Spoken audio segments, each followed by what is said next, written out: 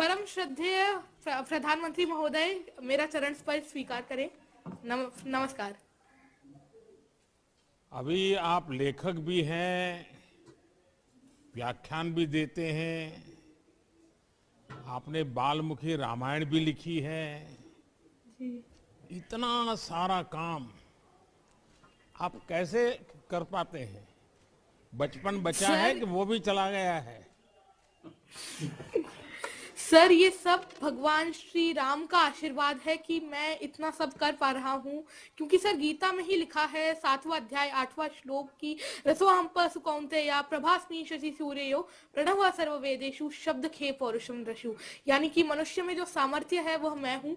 सो इसीलिए ही मैं मानता हूँ कि यह सब भगवान का ही आशीर्वाद है, और यह मेरे माता पिता, सारे परिजन और सारे चाहने वालों के आशीर्वाद की वजह से ही मैं कर्मठता से यह सारी चीजें कर पाता हूँ। अच्छा, ये बताइए अभी कि रामायण में के संबंध में लिखने का ख्याल आपको सबसे पहले कब और कैसे आया? सर, इसकी प्रेरणा स्रोत भी कहीं ना कहीं आप ही रहे हैं। लॉकडाउन 2020 में जब हम सभी लोग, खासकर हम बच्चे, पूरी तरीके से हताश हो गए थे, तब आपने टीवी पर रामायण प्रसारित करवाई, और जब मैंने रामायण देखी तो मैं रामायण से बहुत ज्यादा इंस्पायर हुआ, क्योंकि कहा जाता है knowledge is better caught not taught. मैंने पहले भी रामायण का श्रवण किया था, पठन किया था, परंतु जब मैंने रामायण को देखा तब मुझे लगा कि भगवान श्री राम का चरित्र आजकल हम बच्चे भूलते जा रहे हैं। सो इसीलिए ही मैंने यह बालमुखी रामायण 250 छंदों में लिखी, ताकि भगवान श्री राम ने रामायण के थ्रू जो आदर्श स्थापित किए हैं, जैसे कि रेस्पेक्ट, आजकल हम लोग पेशेंस बहुत ज्यादा खो देते हैं, तो पेशेंस, ओबीडियंस, तो ऐसे सारे आदर्श हम बच्चे इस रामायण से सीख सकते हैं, अपने जीवन में उतारकर एक आदर्श जीवन जी सकते हैं। और मैंने इस रामायण को 10 भागों में बांटा है। अगर आपकी आज्ञा हो तो इसके पहले भाग राम जन्म के कुछ छंद मैं आपके सामने प्रस्तुत करना चाहूंगा। सुनाइए। बिल्कुल, वह छंद ऐसे है।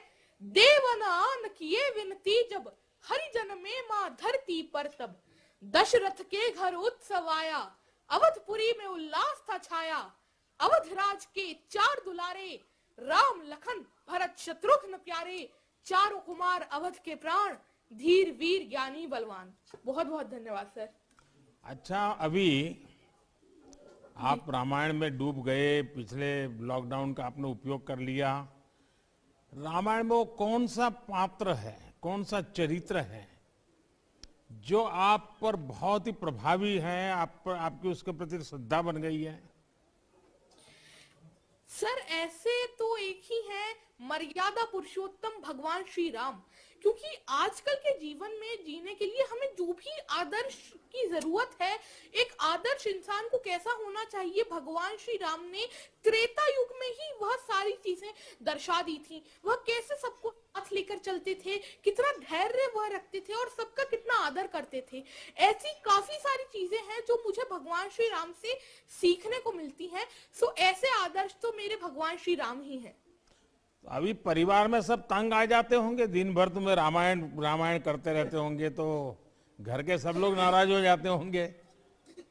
नहीं सर, सौभाग्य से मेरे माता पिता मुझे सबसे ज्यादा सपोर्ट करते हैं। बचपन से ही इन्हीं से मैंने रामायण, महाभारत, गीता, इन सब का चीज सुनी, और श्रीमद् भागवतम में 7वें अध्याय में 7वें कैंटो में लिखा है कि जब हम कोई भी आदत बचपन से ही डेवलप कर लेते हैं तो वह हमारे साथ जीवन भर रहती है। तो घर में भी जैसे कोर्ट के अंदर वकील धाराओं का उपयोग करके लड़ाई लड़ते हैं, तो तुम भी घर में शास्त्रों का उपयोग करते लड़ाई लड़ते हो क्या? नहीं सर, शास्त्रों का तो मैं जरूर ही उपयोग करता हूँ, परंतु मैं बच्चों को सिखाने में इनका उपयोग करता हूँ। मेरे मिशन संस्कार और शिक्षा के अंतर्गत मैं बच्चों को भारतीय शास्त्रों, भारतीय कल्चर के बारे में बताता हूँ, और यह बताता हूँ कि कैसे हमारा जो भारतीय कल्चर है कितना ग्लोरियस है, कितना रिच है वह, और हम कितने आगे हैं। क्या अभी ये मध्य प्रदेश के पानी में ही कोई विशेषता है क्या, इस प्रकार के बच्चे तैयार होते हैं? जी हाँ सर, यह मालवा भूमि तो इतनी सुंदर रही है। इसने लता मंगेशकर मैम, इतने बड़े बड़े इन्होंने वीर दिए हैं। देवी देखिए, अहिल्याबाई मैं आपको एक घटना सुनाता हूँ। जी आपके एक मुख्यमंत्री उमा भारती जी मध्य प्रदेश की मुख्यमंत्री रही है। जी वो बहुत छोटी थी, तब वो व्याख्यान करती थी। जी तो गुजरात में अहमदाबाद में उनका मणिनगर इलाके में व्याख्यान था। आज से करीब 45-50 साल पुरानी बात है। अखबारों में बहुत चर्चा होती थी, तो हम भी सुनने के लिए चले गए। और मैं हैरान था, उतनी छोटी उम्र में जिस प्रकार से वो धारा प्रवाह वक्तव्य देती थी, जिस प्रकार से शास्त्रों का बहुत ही सटीक रूप में उल्लेख करती थी, संस्कृत बोल लेती थी, चौपाइयाँ गा लेती थी और अपनी बचपना की हरकतें भी करती थी मंच पे बैठे बैठे। मैं बहुत प्रभावित हुआ था। बहुत बहुत बहुत साल पहले की बात है, तब उनकी आयु बहुत छोटी थी। तो मुझे लगा कि शायद मध्य प्रदेश में ये कुछ ताकत ऐसी है कि सब इसी प्रकार के विद्वान लोग बचपन में ही तैयार हो जाते हैं। चलिए, आपके माताजी पिताजी को भी मैं प्रणाम करता हूँ, ताकि उन्होंने आपको संस्कारित किया, आपको एक नई ऊर्जा दी। और बहुत कम माँ बाप होते हैं जो इस प्रकार के काम में बच्चे को जाने दे, वरना रोक लेंगे। देखिए, आपकी उम्र और आपका काम इस बात को साबित करते हैं कि बड़े काम करने के लिए कोई उम्र छोटी नहीं होती है। आप सिर्फ बच्चों के लिए नहीं, पूरे समाज के लिए एक प्रेरणा है। आप जो भी करें, पूरा मन लगाकर करें, इस सोच के साथ करें कि मेरा काम देश को कैसे लाभ पहुंचा रहा है। पद, प्रतिष्ठा, आपकी उपलब्धियां भी कभी कभी आप पर दबाव बनाती है। किसी भी चीज का दबाव खुद पर ना आने दे। आपको आने वाले जीवन के लिए बहुत बहुत शुभकामनाएं।